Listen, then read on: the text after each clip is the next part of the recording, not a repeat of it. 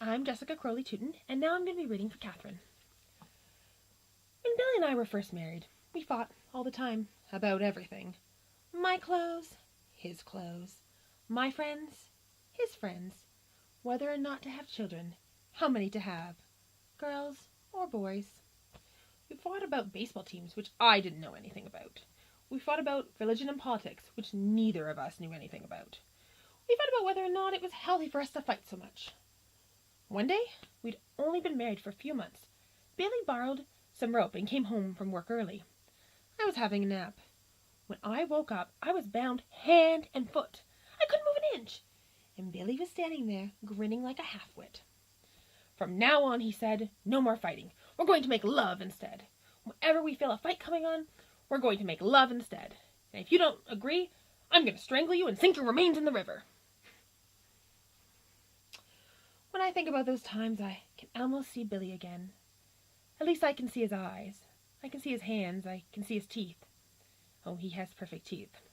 Not like mine. There's something else we found about, but the rest of the picture's in the shadow.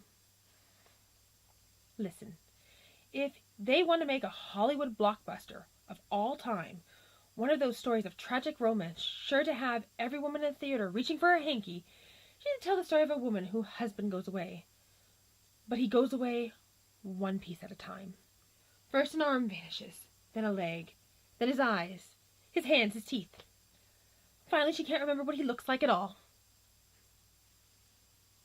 That's what hurts. That's what's peculiar.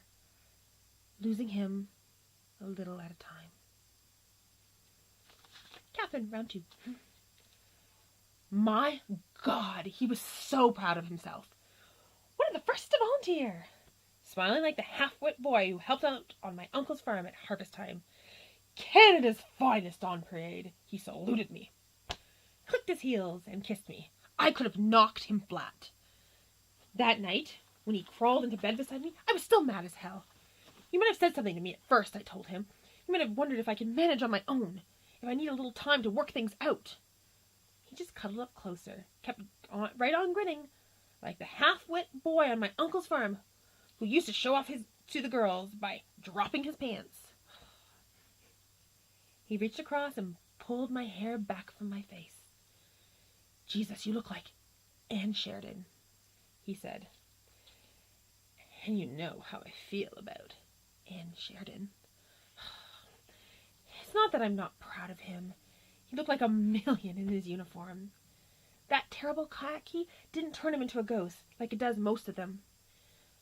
But somewhere inside a man's big skull, along with the honor and the glory and the charm, there ought to be some space for good sense and a little mutual respect.